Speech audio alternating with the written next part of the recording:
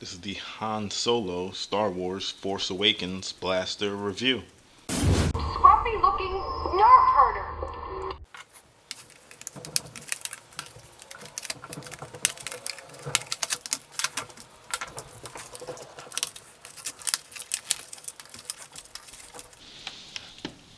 Alright guys, welcome to another review. This is Blee from Nerf Gun Attachments, and here today we're going to be looking at another Star Wars The Force Awakens themed blaster.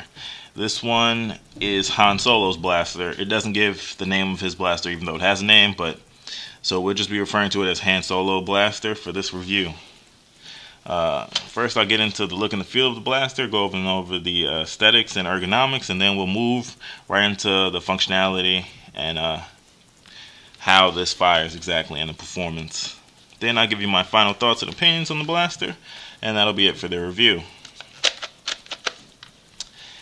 Alright, so up here you have your muzzle, no barrel attachments. It's on there pretty good. Moving back, here's your trigger and your handle. The handle right here. There's one tactical rail on the bottom, just like Rey's blaster, and it has that same jam clearing button right there, I guess to release the slide in case this thing jams shut. Up top is a scope. There's no clear plastic inside the scope. It looks pretty accurate. Looking through the scope, you can see the crosshair on the end, or the reticle I guess it would be called, so that's pretty cool. It's actually built in, it's not removable. This is not going to be one of these attachments you can put on anything. So next, let's jump right into how the blaster functions. Just like the Rey's blaster, it is an Elite Magnus. Slide it back and you load 4 of these Star Wars darts into the internal magazine. Loading it once again is very simple, very easy, very quick. Push that back forward and you're primed and ready to fire. So let's jump right into the firing test, shall we?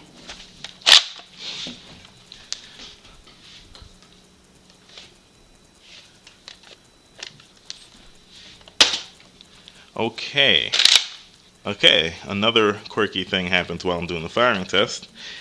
As I was walking over here after I loaded and primed the blaster, I heard a dart fall out to the floor, so the dart clearly just fell out there. It seems good now, so maybe I made some kind of error loading it. Anyway, on to the firing test.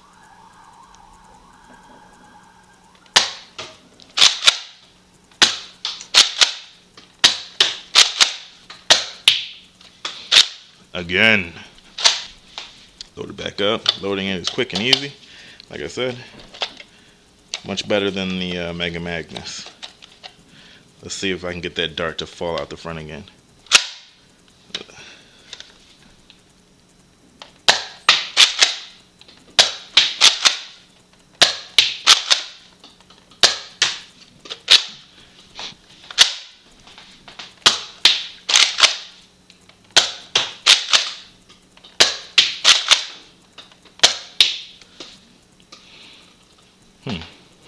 Alright, now on to my final thoughts and opinions of Han Solo's blaster.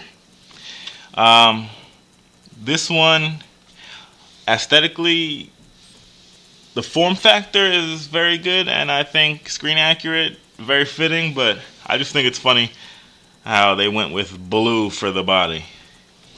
The Rey's blaster is white, it's closer to the screen version. It's not any huge, wildly different color, but this one's blue. I guess for some reason they thought maybe it looked more realistic than Rey's blaster for some reason. They had to add some kind of way outlandish color, so they made the whole thing blue. I'm not sure how much I like the color or the paint job on this one, so it could probably use with the repaint. I might have to paint this one, but the form factor is fitting. It looks very nice. And the ergonomics are definitely up there. Trigger is shorter than Rey's blaster, but still comfortable. The handle is very comfortable as well. No complaints there. Priming the blaster seemed very smooth and smoother than Rey's blaster for some reason. Also, I didn't have any weird jamming problems, although the first time I loaded it, you saw the dart fell out the front. That might have been my error though. So, also firing it, I didn't run into that weird problem where I wasn't able to slide it back right after the next shot. So, it seems to perform a little better, smoother. I don't know if there's something wrong with my raised blaster, but this one performs a little better for me. It's more fluid, and for some reason during my firing test, it was shooting straight down the middle. I don't know if this faux barrel adds accuracy, right? But for some reason, this blaster seemed pretty accurate, performed pretty well. It's still underpowered, still has the same 65-foot range claims, but the power is on par with the raised blaster, but every other aspect of the performance seems a little elevated for some reason. Maybe I just really got a bad copy of the raised blaster, and if they're both supposed to be like this, that makes it a little easier to stomach the price. So once again, just like the other blaster, this all comes down to whether A, you really love Star Wars, or you're into cosplay and you want this blaster to paint it and make it look more realistic and use it for stuff like that.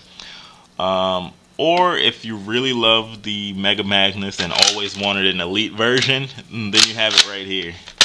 But if you don't fall into one of those two categories, I don't know if you want to pay full price for this one either.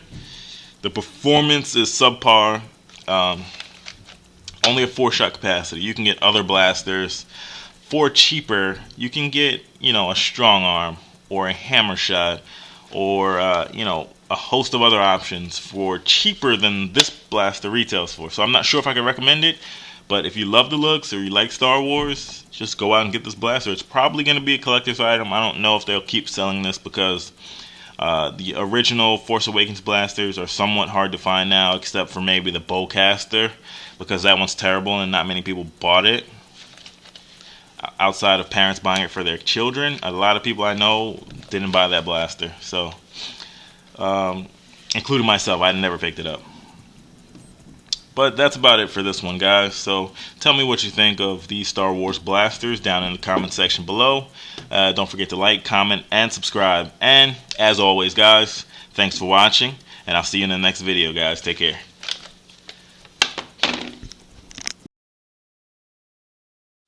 Oh, and Han definitely shot first.